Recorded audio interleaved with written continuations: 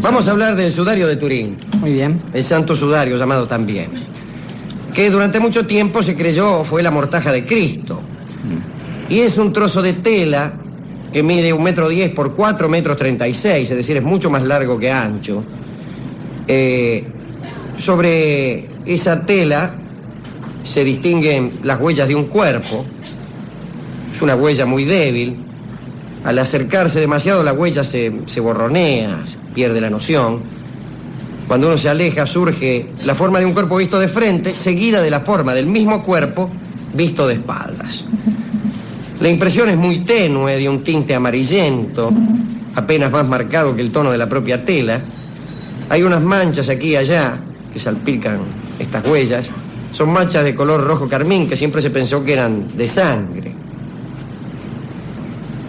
En 1978, durante 43 días, fue expuesto el sudario, que por cierto está en la iglesia de San Juan Bautista de Turín. Le llaman el Duomo los de Turín a esa iglesia. En ese año se expuso y fueron unas 3 millones de personas a verlo, ¿no? Y posteriormente a la exhibición, un grupo de científicos realizó una serie de trabajos de investigación destinados a saber si el sudario era o no la mortaja de Cristo. Pero vamos a ver qué dice la historia de este sudario, qué es lo que se sabe. Por empezar, lo que se sabe es que Jesucristo al morir fue amortajado.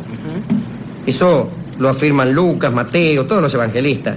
Marcos dice que la sábana la fue a comprar José de Arimatea, nuestro amigo. Aquel dueño del copón también. El de la copa del Grial, ¿no? Sí, señor. Salió de la casa de Pilato y fue a comprar una sábana, el tipo dice. Juan agrega que para amortajarlo compraron también una mezcla de mirra y aloe que pesaba 32 kilos. Pero el viernes, cuando llegó el momento de amortajar a Jesús, ya era de noche y había comenzado el sabbat. Y ya saben ustedes la severidad de las prescripciones judías que impiden prácticamente hacer cualquier trabajo ese día. De manera que quedó sin preparar adecuadamente el cuerpo. Pero al primer día, después del sabbat, fueron al sepulcro, esto lo cuenta Lucas, María Magdalena, María la madre de Santiago y Salomé. Y encontraron el sepulcro abierto y vacío. Lo fueron a llamar a Pedro y a Juan. Se asomó Pedro y vio las vendas, dice. Las vendas no eran que lo vendaran como una momia, sino que se utilizaban como piolines para sujetar el sudario y el sudario. Y después llegó Juan, también vio las sábanas, hacen expresa mención de la sábana. Es de suponer que los discípulos guardaran la sábana. Pero quién sabe si es de suponer, porque habrá de recordarse la extrema repugnancia de los judíos por todo lo relacionado con la muerte. Por ejemplo, el que tocaba un cadáver quedaba impuro durante un número determinado de días. La idea de las reliquias es harto posterior, justamente, y tiene que ver ya con la tradición cristiana antes de ser fundada por Cristo. Tradición que no existía en ese momento. En ese momento no existía, claro. Ahora, bueno, suponiendo que hubieran conservado el sudario, bueno, ¿qué harían con él? Dígase algo. La cruz era un suplicio infamante, aborrecido, reservado únicamente a los esclavos. Y en los primeros tiempos del cristianismo se hablaba así de un Dios crucificado, pero las imágenes, las muy pocas imágenes que había, no mostraban al Cristo en la cruz. Las poquísimas que hay lo muestran aún imberbe, pero las imágenes del Cristo crucificado empiezan recién en el siglo V y VI, las primeras. Y ya en el 7 aparece el primer texto relativo al sudario. Y es San Braulio, el obispo de Zaragoza, año 631, que en una carta habla del sudario y lo hace con cautela, porque dice, las escrituras no indican que haya sido conservado. Sin embargo, agrega San Braulio, no puede tildarse de supersticiosos a los que crean en la autenticidad de este sudario. Se sabía que había por ahí un sudario. Y se sabía también que estaba en Palestina. Y el obispo Arculfo viajó en el año 640 a Jerusalén, allí ve y besa el sudario y lo describe como un trozo de tela de 8 pies de largo, es decir, la mitad del largo que tiene el de Turín. Cabe preguntar si lo habrá visto doblado. Vaya a saber. Otros testimonios son el de Beda el Venerable, el de San Juan Damasceno, que también vieron y describieron el sudario de Palestina. Pero después se pierde el rastro de aquel sudario y recién se lo encuentra otra vez en Constantinopla, sin que nos conste que sea el mismo. Ahora, ¿cómo llegó a Constantinopla? Tampoco se sabe. Lo que sí se sabe es que en el año 1204, cuando el saqueo, aquel saqueo del que hablamos aquí, aquella flota veneciana que transporta a los francos y que súbitamente cambia de dirección y en vez de dirigirse a Tierra Santa, en la Cuarta Cruzada, se va a Constantinopla y saquean Constantinopla. Hemos contado que metían los carros adentro de las iglesias para sacar lo que pudiesen, etc. Bueno, en aquella cruzada, en aquel saqueo estaba ese sudario. Roberto de Clarí, que era uno de los jefes de este saqueo, dice haberlo visto, pero nos transmite su desconsuelo al escribir que se ignoraba el paradero de la reliquia, ¿no? Seguramente se lo afanaron, dice, en un lunfardo.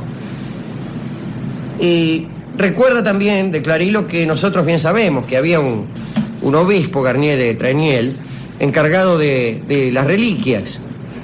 Hemos contado la cantidad de reliquias que tenía, ¿se acuerda? Sí. Pero en esa lista no está el sudario. Quizás se lo afanó el propio Garnier, vaya a saber. En 1353, Geoffrey de Charny, que tenía bastante que ver con Garnier de Trenel, era descendiente, no de él porque era obispo, pero bueno, de esa misma familia, deposita un sudario en la iglesia de Lirey. Y dice que es aquel que estaba en Constantinopla. También apareció, antes que esto, en Besançon, un sudario que traía Otón de la Roche, que también había participado en el saqueo de Constantinopla. Ese sudario fue venerado en San Esteban de Besançon hasta 1349, hasta que un incendio arrasó la catedral. Desaparece ese sudario, pero en Besançon siguen exhibiendo otro, que en realidad es un lienzo pintado. Todos sabían que era un lienzo pintado hasta que, siglos después, la convención, en 1794, ordenó hacerlo trizas. Mientras tanto, el de Lirey se sigue venerando. Margarita de Charny, descendiente de aquel Geoffrey de Charny, llevó un día el sudario a Bélgica en 1452 y se lo regaló a Ana de Lusignan. Ese apellido tiene que ver con Tierra Santa. Uno de los Lusignan fue rey de Jerusalén. Pero era la esposa del duque de Saboya. O sea que empezó a pertenecer a la familia de Saboya. Y la casa de Saboya es la que reinará en Italia hasta 1945 y por eso el sudario está en Turín. De todos modos, primero estuvo en Bélgica, en una capilla en Chambéry. Hubo un incendio, pero el sudario estaba encerrado en un cofre de plata y se salvó. Todavía se ven algunas marcas, las gotas de plata derretida. Llegó a Turín en 1578 y allí está el sudario todavía. En 1898 le sacaron las primeras fotos en Caballero Pía y ahí sucede algo. Por primera vez le sacan las fotos. Y entonces el Caballero Pía, que era el fotógrafo, obtiene los negativos del sudario y ve que en el negativo se advierte mucho mejor la figura de un hombre, porque lo que había tomado el sudario era el negativo de la forma del cuerpo que había amortajado. Y cuando, inventada la fotografía, se recurre al negativo, se encuentra este Caballero Pía con una imagen que nadie había sospechado jamás.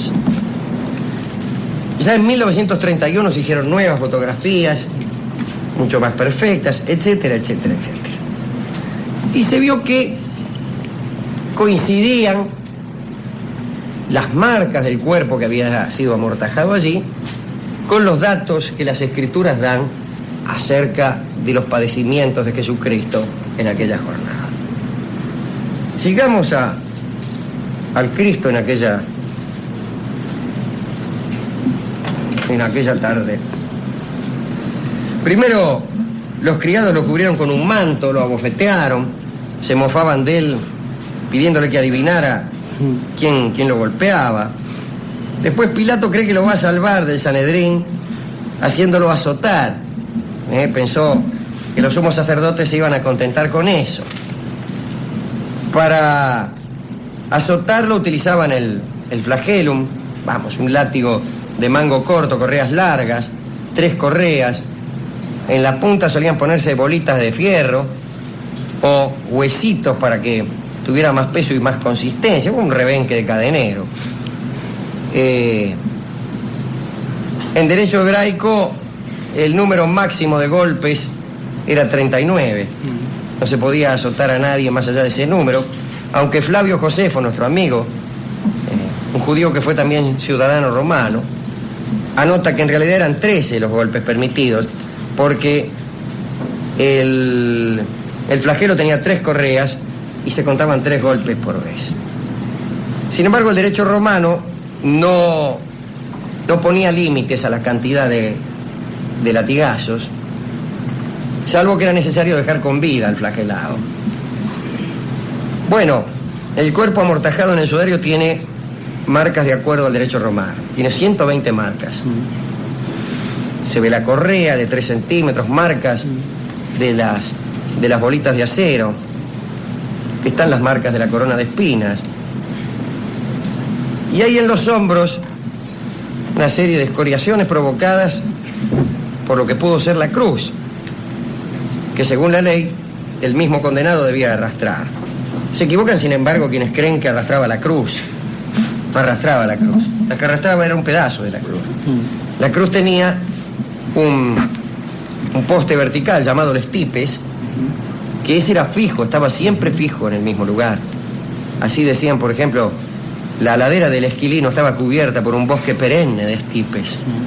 Un bosque perenne de estipes está bien dicho. Sí. Bueno, el estipes estaba clavado ya, y el tipo tenía que llevar la otra parte, la parte horizontal de la cruz, que era el patibulum. Ese sí lo tenía que arrastrar eso. Era un madero de unos 50 kilos de peso, no era poca cosa. La distancia serían unos 600, 700 metros. Con los pies descalzos, el tipo ya flagelado. En su vida. Sí. Están las marcas de las rodillas. Y hay otra cosa. Cuando llegaban al estipes, clavaban los brazos del reo al patíbulo. Se supone que le hacían poner las palmas de las manos y clavaban en las palmas de la mano los clavos. Sin embargo, el doctor Barbet era un señor bastante macabro, pero curioso.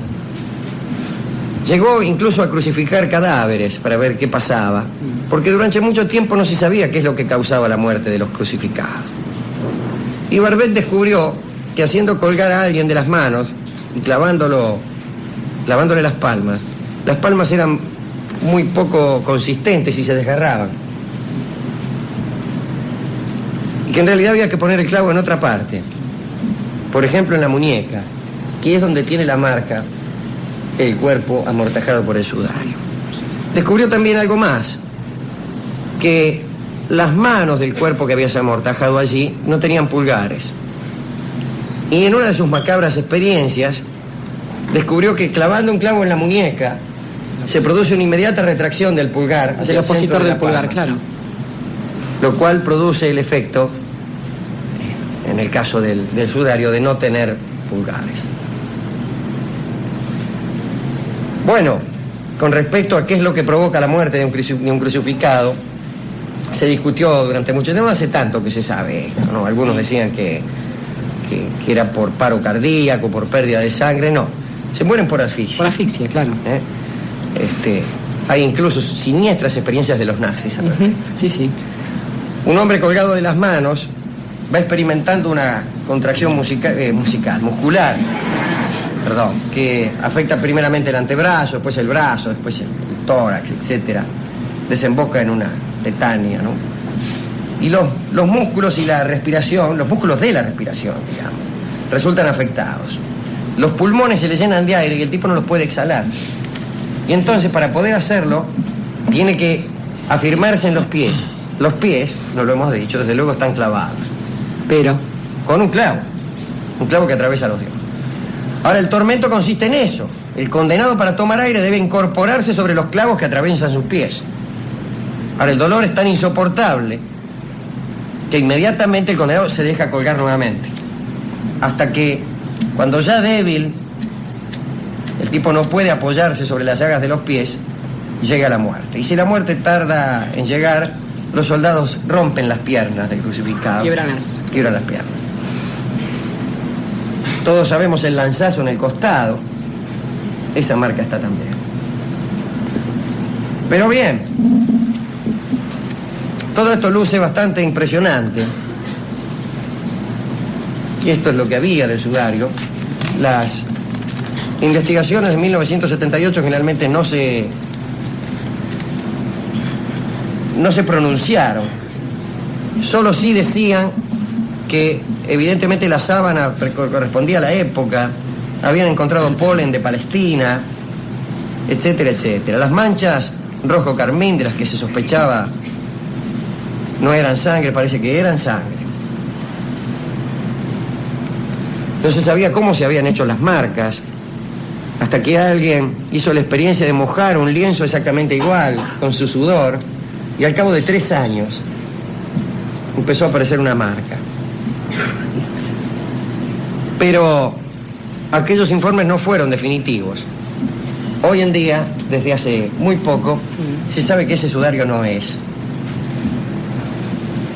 No sé por qué, pero ese sudario no es. La antigüedad, en principio, Creo hubo que problemas con el carbono 14, incluso con la prueba de pruebas antigüedad. con el carbono 14 que no se habían hecho entonces, porque... Le explico por qué no se hicieron entonces. Había que destruir un pedazo muy considerable, con las técnicas de entonces, del sudario para hacerlo. Posteriormente, la tecnología avanzó y fue posible hacer la prueba del carbono 14 destruyendo apenas una porción del sudario equivalente al tamaño de una estampilla, que fue lo que se hizo creo que hace 2 o 3 años. Hace muy poco, sí, sí. Y las fechas no correspondían, creo que daba siglo V o algo así, pero yo no estoy muy seguro de esto. Eso es lo que hay del santo sudario. La investigación fue auspiciada incluso por la Iglesia. Bueno, de hecho debió ser permitida por la Iglesia, sino como demonios se iban a hacer con el sudario, que estaba enrollado en una especie de cilindro de terciopelo y guardado bajo 7 llaves. Imagínense, no van a tenerlo como tengo yo la sábana. Bueno, no es.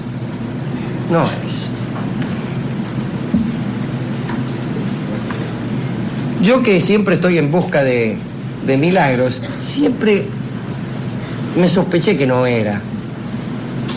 Porque la historia está llena de interrupciones de muchos siglos. La pista del sudario es clara recién después de 1452 en adelante. Anteriormente hay desapariciones de hasta 500 años, para no hablar de que la primera vez que se habla de ese sudario ya estábamos en el año 600 y pico. Y yo no creo tampoco, yo estoy de acuerdo con los que hacen la objeción del principio, de la repugnancia de la tradición judía con respecto a todas las cosas inherentes a la muerte. Y que, como bien dijo Dorio, esta devoción por las reliquias es muy posterior. Es un anacronismo perfecto pensar que Pedro y Juan hubieran tenido la veneración por las reliquias que tenían, por ejemplo, en el siglo XII. No tenían eso. Ni siquiera creo que tenían el concepto de reliquia incorporado. Es más, hay otro concepto importantísimo en la religión católica, que es la idea, o por lo menos el culto de la Virgen María, que tampoco existía en esa época y que hasta el siglo XI no disfrutaremos de él en Occidente, ¿no? Hay muchas cosas tan distintas, es otro tiempo. ¿A quién dedicar esta recordación de este lienzo que aún así sigue siendo bastante misterioso? Yo creo, Alejandro, que a esta altura de la ciencia y a esta altura de la historia del catolicismo también, es menester recordar que para reinos que no son de este mundo, no hacen demasiada falta las cosas que sí son de este mundo. Exactamente. Entonces, digo, por supuesto, con total respeto por los científicos que intentaron ver de cuándo era ese lienzo de Torino que andaba dando vueltas por allí y a qué pertenecían las marcas y todo esto, porque esto siempre es interesante saberlo. Creo que a ningún cristiano, a ningún católico, sobre todo, le puede interesar demasiado saber qué tiene que ver ese lienzo, ese sudario, con la santidad del Cristo. Quiero decir, en todo caso, lo que queda es una especie de recuerdo respecto de aquella situación, aquel episodio en que el Cristo fue envuelto con una sábana y esta sábana a su vez fue envuelta con vendas, estas vendas fueron quitadas, se quitó el sudario, él desapareció de la tumba, esa tumba que pertenecía también, igual que la tela e igual que el copón, a José de Arimatea.